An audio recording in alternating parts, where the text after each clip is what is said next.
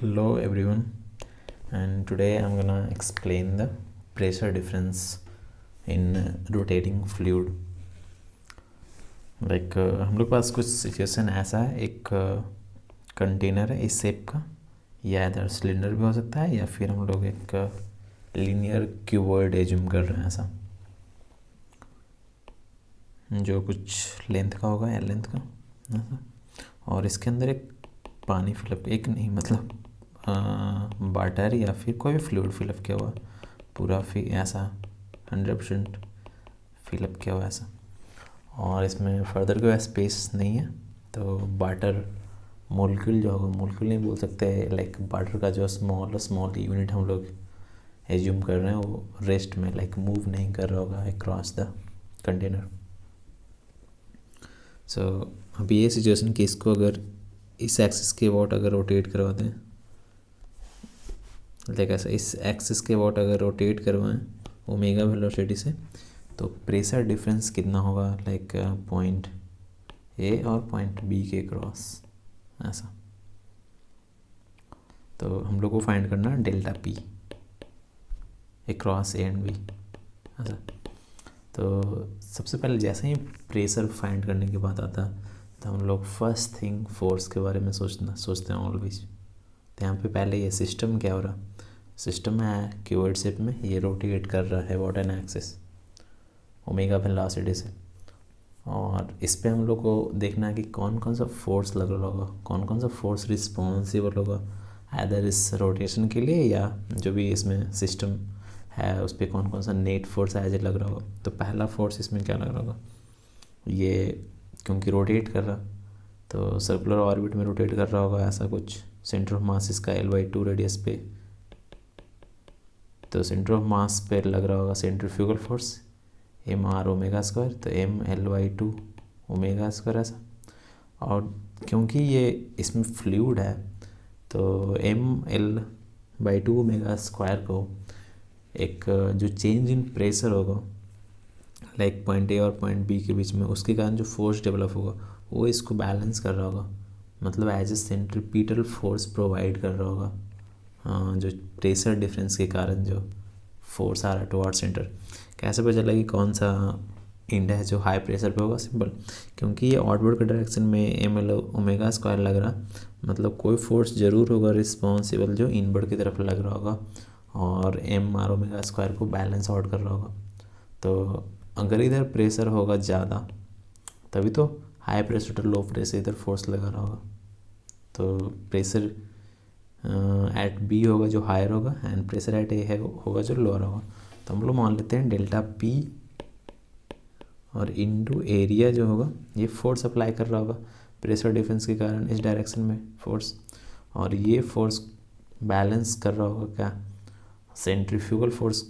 तो centrifugal force पूरे system के लिए हम लोग सेंटर ऑफ मास पे मान लेते हैं, कितना हो जाएगा mL/2 omega square mr omega square के टर्म्स में।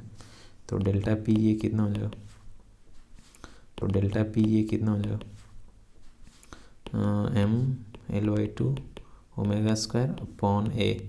अब यहाँ से मास को हम लोग रिप्लेस कर सकते हैं, मास को डेंसिटी इंटू वॉल्यूम, तो डेंसिटी इंटू वॉल्यूम को क्या कर सकते हैं, एरिया इंटू लेंथ, तो ये कंप्लीट लेंथ हो जाएगा, और ये L/2 into omega square divide by area से एरिया कैंसिल आउट हो जाएगा, that's why rho L square omega square by 2 आ जाएगा delta P across the end of the container, simple rho L square omega square by 2।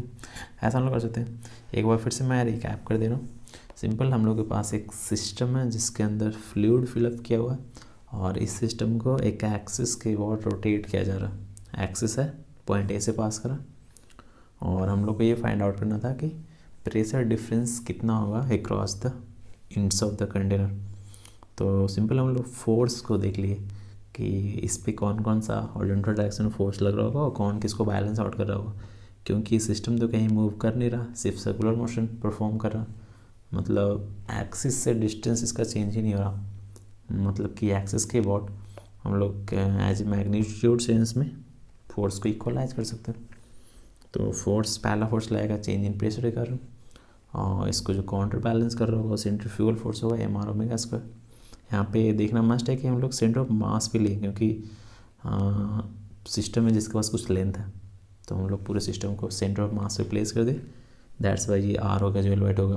Be careful कि मास है जो पूरे system का होगा, क्योंकि पूरे सिस्टम पे हमें फोर्स देख लें।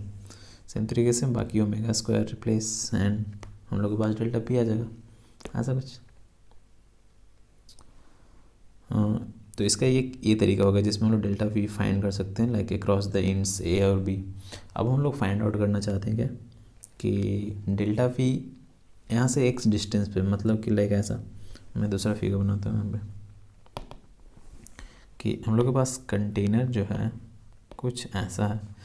अभी ये लेंथ का होगा उससे मतलब नहीं है कितना लेंथ का भी, बट हम लोग एक जनरल फाइंड करना चाह रहे हैं कि यहाँ से एक्स डिस्टेंस पे कितना होगा प्रेशर डिफरेंस एक्सिस, लाइक इस पॉइंट के बीच में और इस पॉइंट के बीच में, सिंपल ऐसा एक्स डिस्टेंस पे।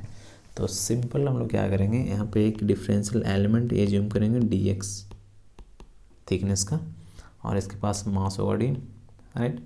अब जो फोर्स हम लोग पहले पूरे सिस्टम पे देख रहे थे अब हम लोग को डीएम पे देखना होगा। तो डीएम को अगर सही से देख रहे हैं तो इस डीएम पे पहला फोर्स लग रहा होगा सेंट्रीफ्यूगल, जो डीएम एक्स ओमेगा स्क्वायर के बराबर लग रहा होगा, और इसको इधर बैलेंस कौन कर रहा होगा, चेंज इन प्रेशर।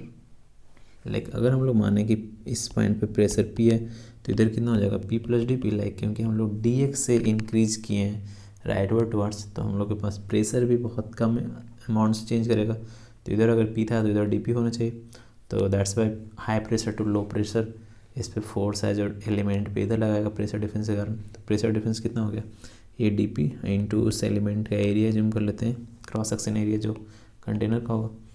तो ऐसा लग रहा होगा फोर्स प्रेशर डिफरेंस के कारण, ऐसा फोर्स लग रहा होगा सेंट्रीफ्यूगल। अब ये क्योंकि एलिमेंट है जो मूव कर नहीं रहा, क्योंकि फ्लूइड है जो 100% कंटेनर में फिलअप किया हुआ, किसी के लिए स्पेस नहीं है मूव अराउंड करने के लिए। दैट्स वाई ये एलिमेंट है जो उसी पोजीशन पे बैलेंस्ड होगा। दैट्स वाई फोर्स को हम लोग बैलेंस कर दिए। अब यहाँ पे क्या कर दिए कि डी पी इंटू एरिया, और डी एम को हम लोग लिख सकते हैं रो इंटू डी वी, और डी वी को लिख सकते हैं हम लोग area into d x, right.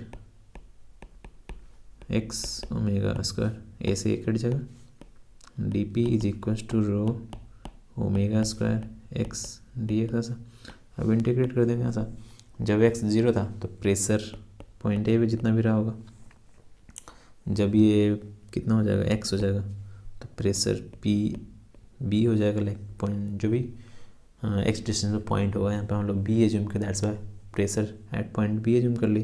तो ये क्या आ जाएगा P B minus P A, और ये क्या आ जाएगा rho omega square X square by 2। Simple, इसको हम लोग डेल्टा पी बोल सकते हैं। ये rho omega square X square by 2 ऐसा कुछ आ गया। ये आ गया pressure difference from the axis, like किसी भी पॉइंट पे जनरल एक्स डिस्टेंस पे कोई पॉइंट हम लोग एज्यूम करें पॉइंट बी, और पॉइंट बी और पॉइंट ए के बीच में प्रेशर डिफरेंस ये हम लोग के पास आ गया। सिंपल, इसमें भी कोई एक्स्ट्रा कॉन्सेप्ट नहीं है, सेम हम लोग सिर्फ फोर्स बैलेंस किए। इसमें एक फ़र्क ये है कि हम लोग इसमें एक डिफरेंशियल एलिमेंट है जिनके उस डिफरेंशियल एलिमेंट पे हम लोग नेट फोर्स देख रहे हैं, और ये दोनों फोर्स को बैलेंस आउट कर देना है, हम लोग के पास कुछ एक्सप्रेशन आ जा रहा।